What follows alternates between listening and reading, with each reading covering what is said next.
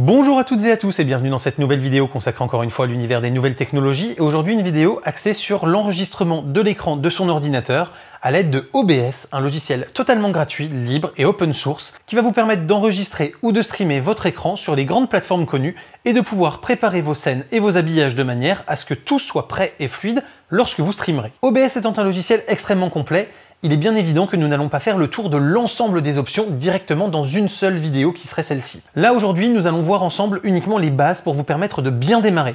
Si vous avez après des options ou des questions par rapport à des choses que vous ne comprenez pas ou que vous n'arrivez pas à maîtriser dans le logiciel, je vous invite à poser vos questions directement en dessous dans les commentaires afin que je puisse préparer des vidéos dédiées et spécifiques à vos questions. Voyons donc un peu les fondamentaux pour démarrer correctement sur OBS, mais avant tout, place à l'intro.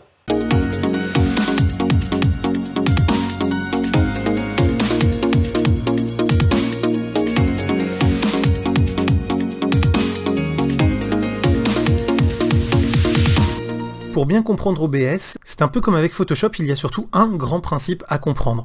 Dans Photoshop, c'est le principe des calques, et bien dans OBS, c'est le principe des scènes. Et donc ces scènes, c'est ce qui va vous permettre en fait de lui dire quoi enregistrer, comment, et d'agencer les diverses fenêtres ou les diverses choses que vous voulez mettre en scène, et ensuite de passer de l'une à l'autre. Et vous voyez, quand on va passer de l'une à l'autre comme ça, eh bien vous allez avoir par exemple ici un fondu parce que c'est moi qui ai choisi la transition entre chaque scène. L'intérêt étant donc d'avoir plusieurs écrans sur la machine avec laquelle vous allez enregistrer ou streamer, dont au moins un dédié à OBS, c'est l'idéal, de manière à pouvoir organiser toutes vos scènes et toutes vos fenêtres sur les divers écrans, et ensuite, une fois que toutes les scènes sont créées, pouvoir passer de l'une à l'autre en fonction de ce que vous êtes en train de montrer ou d'expliquer. Et donc, le principal avantage d'OBS, c'est que vous allez pouvoir intégrer des choses comme ça et des flux assez divers. Donc, pour créer une scène, on va la créer déjà comme ça, on va recréer un écran droite.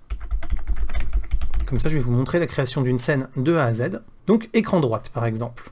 Et ici, donc, on va venir y ajouter des sources. Donc les sources, on va mettre une capture d'écran. Voilà, et là, on va mettre full droit, par exemple. Ok. Et là, on pense bien à cocher rendre la source vidéo visible.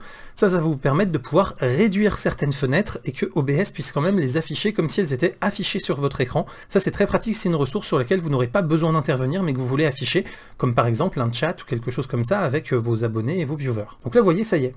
Il va me demander de choisir quel écran je veux. Donc là, je vais choisir l'écran dit écran numéro 1 qui est mon écran de droite et je vais faire OK. Et donc là vous voyez maintenant que j'ai mon écran de droite qui est ici et donc que je peux à tout moment masquer dans ma scène qui s'appelle écran droite. Et donc vous voyez là par exemple j'ai mon cast HOA et là j'ai mon overlay de quand je fais un hangout sonore, même ça fait très longtemps que je n'en ai pas fait et je pourrais y rajouter quoi que ce soit. Donc là imaginons que maintenant j'ai cet écran full droite et je veuille rajouter ma fenêtre OBS de gauche, je vais faire une nouvelle source et là on va faire une capture de fenêtre.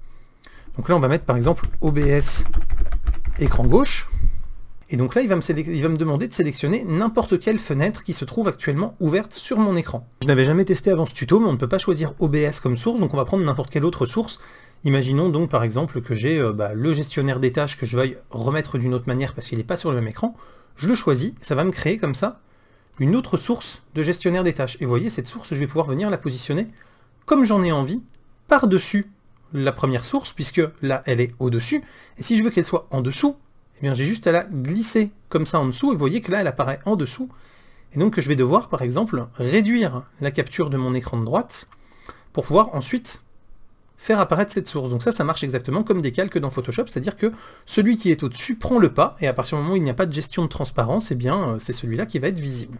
Et vous allez comme ça pouvoir donc organiser chacune de vos fenêtres. Mais l'avantage que vous voyez, c'est que si je réduis mon gestionnaire des tâches, vous voyez, il n'apparaît plus sur mon écran de droite, et pourtant, comme j'ai bien dit que c'était une fenêtre active, et que j'ai dit afficher même quand c'est réduit, eh bien vous voyez que là, on voit quand même mon gestionnaire des tâches, et donc je peux comme ça nettoyer mes écrans de travail après, tout en ayant quand même l'affichage qui se fasse dans OBS pour l'enregistrer ou le streamer.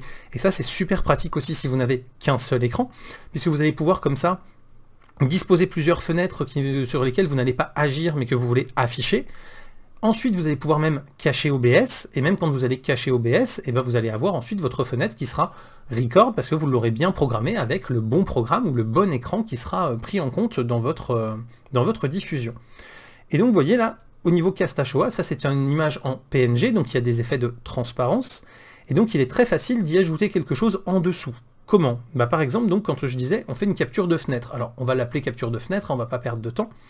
On va aller chercher par exemple Steam. Vous voyez, là j'ai ma bibliothèque Steam donc qui apparaît, même si là Steam a une limitation pour éviter qu'on puisse trop facilement prendre certains contenus. Mais bon, admettons, je mets Steam, et donc vous voyez là il est au-dessus.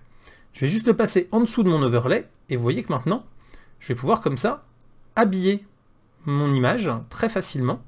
Et donc je vais pouvoir venir par exemple placer mon écran Steam et avoir mon overlay. Et donc si ça avait été un écran de jeu, vous auriez eu le jeu qui était en sous-tâche et vous auriez eu quand même l'overlay avec qui je suis, où me retrouver, comment me suivre, etc. Ça peut comme ça habiller votre stream de jeu par exemple assez facilement avec les éléments que vous souhaitez. Et donc si vous avez le chat qui est sur Twitch par exemple, vous pouvez très bien créer une fenêtre et vous pouvez très bien aussi venir ne prendre qu'une partie de la fenêtre. Donc ça c'est l'autre partie de choses importantes. Donc imaginons, là vous ne voulez pas montrer tout Steam, mais vous voulez montrer qu'une partie de Steam, vous faites un clic droit sur votre fenêtre, transformer, et là vous allez aller sur éditer la transformation. Et là vous voyez que vous allez pouvoir donc gérer la position absolue, bon ça pas de souci, et la taille, mais ça vous pouvez le faire beaucoup plus facilement avec les curseurs, mais surtout vous allez pouvoir la rogner. Et donc vous voyez, si vous le souhaitez, vous pouvez comme ça rogner la fenêtre, alors soit avec le curseur ici, soit en mettant tout de suite une valeur, et vous voyez ce que ça donne, et si ça marque pas encore ce que vous voulez, vous faites hop, 900 par exemple, 1400, voilà. Vous voyez, imaginons qu'on veuille laisser que ça, et que ce soit une fenêtre de chat qui soit ici en dessous, voilà, je peux la mettre comme ça, fermer, je vais venir la placer comme ça, par exemple, sur le côté, et si je la mets par-dessus mon jeu par exemple, on va voir comme ça, ici, le chat par-dessus le jeu. Ensuite, quand vous voulez organiser vos fenêtres comme ça, il suffit de vous mettre sur la capture d'écran que vous voulez par exemple, faire un clic droit, faire ordonner, et là vous voyez, vous allez pouvoir monter d'un cran, descendre d'un cran, déplacer tout en haut ou déplacer tout en bas. Ça va vous permettre de gérer automatiquement la mise en œuvre des divers niveaux que vous avez ici dans les sources de manière plus facile. De la même manière, ici vous voyez, si je fais avec les flèches, je peux facilement déplacer une fenêtre par rapport à une autre pour savoir laquelle va être au-dessus, laquelle va être en dessous. Donc voilà un peu pour le principe des scènes et des sources. Ici vous allez avoir deux niveaux audio, vous allez avoir l'audio du bureau, donc là c'est le son par exemple de votre jeu ou de la musique que vous diffusez, etc. sur votre ordinateur. Et ça va être le son de votre micro. Donc ça c'est pareil, vous allez pouvoir comme ça faire une balance extrêmement facile, et donc si vous voulez réduire le son du jeu par exemple, pour qu'on vous entende bien parler, vous voyez, vous allez pouvoir le laisser pour qu'on l'entende un petit peu en fond sonore, mais que votre voix soit prédominante. Et à l'inverse, si vous voulez vraiment mettre en avant le son par rapport à votre voix, vous allez pouvoir le mixer différemment aussi comme ceci. Une fois que tout ça est bien calé, vous avez juste à faire démarrer l'enregistrement, et là ça va commencer à enregistrer votre écran, et donc arrêter l'enregistrement va arrêter votre enregistrement d'écran. Ici donc vous allez pouvoir choisir les différentes transitions, vous voyez, c'est-à-dire que là par exemple si je mets coupure, vous voyez que ça se fait pas tout à fait pareil, c'est juste une coupure, il n'y a plus de fondu. Alors que si je mets un balayage par exemple, vous voyez, voilà, ça va comme ça changer le type de transition. Donc ça c'est pareil. En fonction de la transition que vous voulez, vous allez pouvoir comme ça avoir une transition. Donc ça c'est pratique aussi si vous ne voulez pas faire de montage, que vous avez par exemple votre script qui est quelque part, vous voulez juste streamer du jeu et que vous savez que vous ne ferez pas de montage derrière pour retirer les ratés, les erreurs de voix, des choses comme ça. Et bien comme ça, si à un moment vous changez la source, vous allez comme ça pouvoir très facilement avoir votre montage qui soit déjà un petit peu plus agréable qu'une simple coupure avec par exemple comme ça un fondu enchaîné, ça peut être beaucoup plus sympa. Ensuite, ce qu'on va faire, c'est qu'on va aller ici dans Paramètres, et on va regarder juste quelques paramètres de base. Les paramètres les plus importants vont être essentiellement dans Sortie, ici, où vous allez devoir choisir le type d'encodeur. Alors si vous avez un processeur graphique NVIDIA qui est compatible NVENC, je vous conseille de l'activer, ce sera beaucoup plus soulageant pour votre configuration, puisque c'est la même chose qui est utilisée par Shadowplay par exemple, et donc vous allez pouvoir comme ça enregistrer votre flux pour le streamer, sans avoir du tout de perte de frame drop dans votre jeu, puisque c'est une puce dédiée de votre GPU qui va s'en occuper, sinon le X264 classique, voilà. Ici la mise à l'échelle, ça va vous permettre de pouvoir choisir en fait quelle taille vous voulez à la fin en termes de diffusion. Donc ça c'est pareil, c'est si vous voulez pas diffuser en 4K par exemple, mais que votre écran est 4K comme moi, vous pouvez demander une mise à l'échelle en 1920 par 1080, c'est vrai que ça va downscaler votre enregistrement, ou à l'inverse justement, si vous avez sélectionné un 3840 par 2160, ça va vous permettre avec un écran 1080p de l'upscaler vers la 4K pour le diffuser en 4K. Ici ça va vous permettre de choisir le nombre de pistes audio que vous voulez, mais bon ça c'est pas forcément nécessaire dans un premier temps. Au niveau de l'enregistrement aussi, vous avez le fichier de sortie qui est important, qui va vous permettre comme ça de choisir où est-ce que vous allez enregistrer le contenu de ce qui s'enregistre. Le format d'enregistrement, alors là moi je vous conseille de laisser MP4 parce que ça reste quand même, on va dire, la base qui est prise par tous les logiciels de montage sans aucune exception et en super compatibilité. Le nombre de pistes audio, ça va vous permettre ici d'avoir le mixage audio, vous voyez, avec l'audio du bureau et le micro, donc ça c'est très bien comme ça. L'encodeur, toujours NVENC là, puisque moi j'en suis capable. La mise à l'échelle, j'en ai pas forcément besoin là. Ensuite dans l'audio, vous allez pouvoir choisir donc les pistes avec les différentes qualités d'encodage de l'audio. Donc ça c'est bien aussi si vous avez par exemple justement un son 5.1 ou des choses comme ça et que vous voulez pouvoir le diffuser en tant que tel après. Normalement, une fois que vous avez fait ça, vous êtes paré pour enregistrer votre écran de manière totalement cohérente et correcte.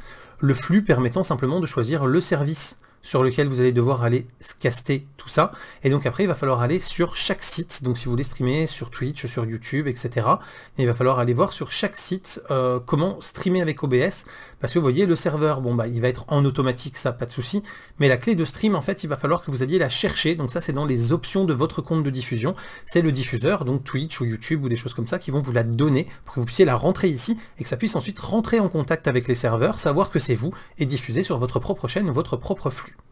N'hésitez pas en tout cas à tester les options par vous-même et à voir ce que ça donne, puisque c'est comme ça qu'on apprend.